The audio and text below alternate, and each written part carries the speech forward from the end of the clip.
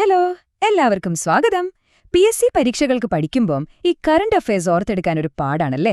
അപ്പൊ ഇന്ന് നമ്മൾ പ്രധാനപ്പെട്ട ചില ആനുകാലിക സംഭവങ്ങളും അത് ഒരിക്കലും മറന്നുപോകാത്ത രീതിയിൽ ഓർക്കാൻ സഹായിക്കുന്ന ചില കിടിലൻ ടെക്നിക്കുകളുമാണ് നോക്കാൻ പോകുന്നത്.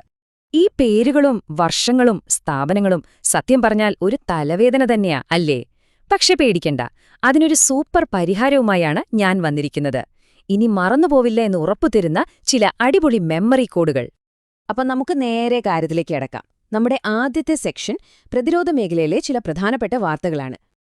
ആദ്യം തന്നെ നമുക്ക് ഇന്ത്യൻ കരസേനയിലെ ഒരു പ്രധാന നിയമനത്തിൽ നിന്ന് തന്നെ തുടങ്ങാം. ആരാണ് സേനയിലെ ആ രണ്ടാമത്തെ ഏറ്റവും ഉയർന്ന പദവിയിലേക്ക് എത്തിയത് നോക്കിയാലോ? അപ്പോ ഇന്ത്യൻ കരസേനയിലെ സെക്കൻഡ് ഹയസ്റ്റ് റാങ്കാണ് vice chief of army staff. ആ ഒരു സ്ഥാനത്തേക്ക് ഇപ്പോ നിയമിതനായിരിക്കുന്നത് ലഫ്റ്റനന്റ് ജനറൽ ധീരജ് സേത്ത് ആണ്. ഇനി ഈ പേര് നമ്മൾ എങ്ങനെ ഓർത്തിരിക്കും? അതിനൊരു സൂപ്പർ ഐഡിയ ഉണ്ട്. ഒന്ന് ആലോചിച്ചു നോക്കിക്കേ, കരസേനയില് അത്രയും വലിയൊരു പദവിയിലെത്തണമെങ്കിൽ എന്തു വേണം? തീർച്ചയായും നല്ല ധീരത വേണം, അല്ലേ? ആ ധീരത എന്ന വാക്കിൽ നിന്ന് നമുക്ക് ധീരജ് സേത്ത് എന്ന പേര് സിമ്പിളായിട്ട് ഓർത്തെടുക്കാം. ഓക്കെ, അടുത്തതിലേക്ക് പോവാം. ഇതും പ്രതിരോധ മേഖലയിൽ നിന്നാണ്. ഇന്ത്യ തദ്ദേശീയമായി നിർമ്മിച്ചൊരു പുതിയ യുദ്ധക്കപ്പലിനെക്കുറിച്ചാണ് നമ്മളിനി നോക്കാൻ പോകുന്നത്. ഇതാണ് INS ദുനഗിരി, നമ്മുടെ രാജ്യത്തിന്റെ അഭിമാനം. പ്രോജക്ട് 17A, അതായത് നീലഗിരി ക്ലാസ്സിൽ വരുന്ന 5ാമത്തെ സ്റ്റെൽത്ത് യുദ്ധക്കപ്പലാണ് കേട്ടോ ഇത്. ഇതിലെ ഏറ്റവും വലിയ ഹൈലൈറ്റ് എന്താണെന്ന് വെച്ചാൽ ഇത് കംപ്ലീറ്റ് ആയിട്ട് മേക്ക് ഇൻ ഇന്ത്യ പദ്ധതിയുടെ ഭാഗമായി ഇന്ത്യയിൽ തന്നെ നിർമ്മിച്ചതാണ്. അടിപൊളിയല്ലേ? ഇനി ഈ പേര് ഓർത്തിരിക്കാനുള്ള കോഡ് വേണോ? സിമ്പിളാണ്. നീലഗിരി ക്ലാസ്സിലെ 5ാമത്തെ കപ്പലിലെ കയറി നമ്മളൊരു ഗിരി കാണാൻ പോയി, ദുനഗിരി കാണാൻ പോയി, അത്രേ ഉള്ളൂ. നീലഗിരി, ദുനഗിരി കണക്ട് ചെയ്യാൻ എളുപ്പമല്ലേ? ശരി, പ്രതിരോധം വിട്ട് നമുക്ക് അടുത്ത സെക്ഷനിലേക്ക് പോകാം. സയൻസ് ആൻഡ് ടെക്നോളജി, അതായത് ശാസ്ത്ര സാങ്കേതിക രംഗത്തെ ചില ലേറ്റസ്റ്റ് അപ്ഡേറ്റ്സ്. ഇതൊരു രസകരമായ കാര്യമാണ്. പാമ്പുകളെ, അതും വിഷപ്പാമ്പുകളെ തിരിച്ചറിയാൻ സഹായിക്കുന്ന ഒരു ആർട്ടിഫിഷ്യൽ ഇന്റലിജൻസ് ആപ്പ്. എന്തല്ലേ? അപ്പോ ഈ കിടിലൻ ആപ്ലിക്കേഷൻ പുറത്തിറക്കിയത് കോസ്റ്റാറിക്ക എന്ന രാജ്യമാണ്. അവിടത്തെ വളരെ ഫേമസ് ആയ ക്ലൂഡോമീറോ പിക്കാഡോ ഇൻസ്റ്റിറ്റ്യൂട്ടുമായി ചേർന്നാണ് അവരിത് ഡെവലപ്പ് ചെയ്തത്. ഇനി ഈ രാജ്യത്തിന്റെ പേര് എങ്ങനെ ഓർക്കും? അതിനൊരു സിമ്പിൾ കോഡുണ്ട്. ഒന്നോർത്തു നോക്കിക്കേ. പാമ്പ് കടിച്ചാൽ ചികിത്സയ്ക്ക് നല്ല കോസ്റ്റ് ആവില്ലേ? നല്ല പൈസ ചെലവാകില്ലേ? ആ കോസ്റ്റ് എന്ന വാക്കിൽ നിന്ന് നമുക്ക് കോസ്റ്റാറിക്കയെ പിടിക്കാം. എങ്ങനെയുണ്ട് ഐഡിയ? അടുത്തത് നമ്മുടെ സ്വന്തം ഇസ്രോയുടെ ഒരു കാര്യമാണ്. വിദ്യാർത്ഥികൾക്ക് വേണ്ടി അവർ നടത്തുന്ന വളരെ പ്രധാനപ്പെട്ട ഒരു പ്രോഗ്രാമിനെക്കുറിച്ചാണ് ഇനി പറയാൻ പോകുന്നത്. പദ്ധതിയുടെ പേര് യുവിക എന്നാണ്. ഇതിന്റെ ഫുൾ ഫോം യുവ വിജ്ഞാനി കാര്യക്രം എന്നാണ്. പേര് സൂചിപ്പിക്കുന്നത് പോലെ തന്നെ സ്കൂൾ കുട്ടികളിൽ ബഹിരാകാശ ശാസ്ത്രത്തെക്കുറിച്ചൊക്കെ ഒരു ഇൻട്രസ്റ്റ് ഉണ്ടാക്കിയെടുക്കുക, അതാണിതിന്റെ ലക്ഷ്യം. ഇതോർക്കാനുള്ള കോഡ് വേറെ എവിടെയും തപ്പണ്ട, ഇതിന്റെ പേരിൽ തന്നെ ഒളിഞ്ഞിരിപ്പുണ്ട്.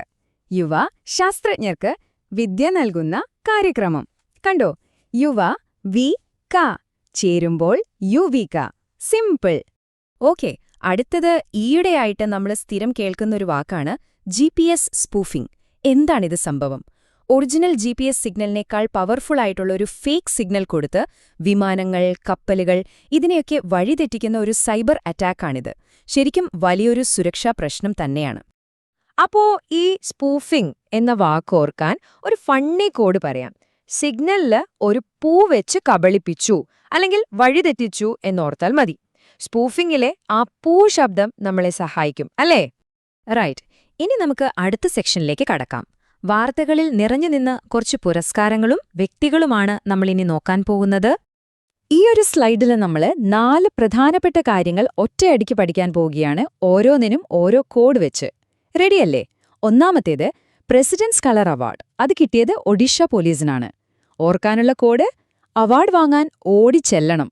രണ്ടാമത് യമഹ മ്യൂസിക്കിന്റെ അംബാസിഡർ ആരാണെന്നോ? നമ്മുടെ AR റഹ്മാൻ. യമഹ ബൈക്കിലിരുന്ന് റഹ്മാൻ പാടുന്നതായി സങ്കൽപ്പിച്ചാൽ മതി. മൂന്നാമത് സാഹിത്യ അക്കാദമി യുവ പുരസ്കാരം. ഇത് കിട്ടിയത് അഖിൽ P. ധർമ്മജനാണ്. അഖിലിന്റെ കഥ ആനന്ദം നൽകുന്നുവെന്ന് ഓർത്തുവയ്ക്കാം. അവസാനമായി ബുക്കർ പ്രൈസ് ലോങ് ലിസ്റ്റിൽ വന്ന ഒരു പുസ്തകത്തിന്റെ പേരിൽ നൈറ്റ് എന്നുണ്ട്. എഴുതിയ ആളുടെ പേരിൽ ഭാനു എന്നും. ഓർക്കാനെളുപ്പമാണ്. നൈറ്റ് അഥവാ രാത്രി കഴിഞ്ഞാൽ ഭാനു അഥവാ സൂര്യൻ ഉദിക്കുമല്ലോ. കണ്ടോ, എല്ലാം കണക്റ്റഡാണ്. അടുത്തതായിട്ട് നമ്മുടെ നിയമ ഭരണരംഗവുമായി ബന്ധപ്പെട്ട വളരെ ഇമ്പോർട്ടന്റ് ആയ ഒരു വിഷയമാണ് നമ്മൾ നോക്കുന്നത്. FCRA പൂർണ്ണരൂപം ഫോറിൻ കോൺട്രിബ്യൂഷൻ റെഗുലേഷൻ ആക്ട്. ഇതെപ്പോഴും വാർത്തകളിൽ വരുന്ന ഒന്നാണ്. ഇന്ത്യയിലുള്ള NGOകൾക്കും മറ്റ് സ്ഥാപനങ്ങൾക്കും വിദേശത്തു നിന്ന് ലഭിക്കുന്ന പണം അല്ലെങ്കിൽ സംഭാവനകൾ അത് നിയന്ത്രിക്കാനുള്ള ഒരു നിയമമാണിത്. ഇത് ഓർക്കാനുള്ള കോഡ് ഇതിന്റെ പേരിൽ തന്നെയുണ്ട്. ഫോറിൻ സംഭാവനകളെ കൺട്രോൾ ചെയ്യാനും റെഗുലേറ്റ് ചെയ്യാനുമുള്ള ആക്ട് FCRA. എളുപ്പമല്ലേ? ശരി, അപ്പം നമ്മൾ ഇത്രയും നേരം പഠിച്ച കാര്യങ്ങൾ പെട്ടെന്നൊന്ന് ഓടിച്ചു നോക്കിയാലോ? ഞാൻ ചോദിക്കാം, നിങ്ങൾ ഉത്തരം മനസ്സിൽ പറയണം. റെഡി? കരസേനയുടെ പുതിയ ഉപമേധാവി ആരാണ്? ധീരജ് സേത്ത്. ധീരത ഓർമ്മയുണ്ടല്ലേ? വിഷപ്പാമ്പിനെ തിരിച്ചറിയാനുള്ള AI ആപ്പ് ഇറക്കിയ രാജ്യം. ചികിത്സയ്ക്ക് കോസ്റ്റ് കൂടും, so Costa Rica. Presidents colour award വാങ്ങാൻ ഓടിപ്പോയ ഒഡീഷ പോലീസ്. ഇങ്ങനെ ഓരോന്നും നമ്മുടെ കോഡുകൾ വെച്ച് ഒന്നും കൂടി ഓർത്തു നോക്കണേ. അപ്പോ ഞാൻ കുറേ കോഡുകളൊക്കെ പറഞ്ഞു തന്നു. ഇനി നിങ്ങളുടെ ഊഴമാണ്. ഈ ഒരു ടെക്നിക്ക് ഉപയോഗിച്ച് നിങ്ങളിപ്പോൾ പഠിച്ചുകൊണ്ടിരിക്കുന്ന ഏതെങ്കിലും ഒരു വിഷയത്തിന് സ്വന്തമായിട്ടൊരു മെമ്മറി കോഡ് ഉണ്ടാക്കി നോക്കൂ. ഉറപ്പായിട്ടും അത് നിങ്ങളുടെ പഠനത്തിൽ വലിയൊരു വ്യത്യാസം കൊണ്ടുവരും. അപ്പോൾ എന്തായിരിക്കും നിങ്ങളുടെ അടുത്ത കോഡ്? ഒന്ന് ചിന്തിച്ചു നോക്കൂ. നമുക്ക് വീണ്ടും കാണാം. അതുവരെ പഠനം അടിപൊളിയാക്കുക.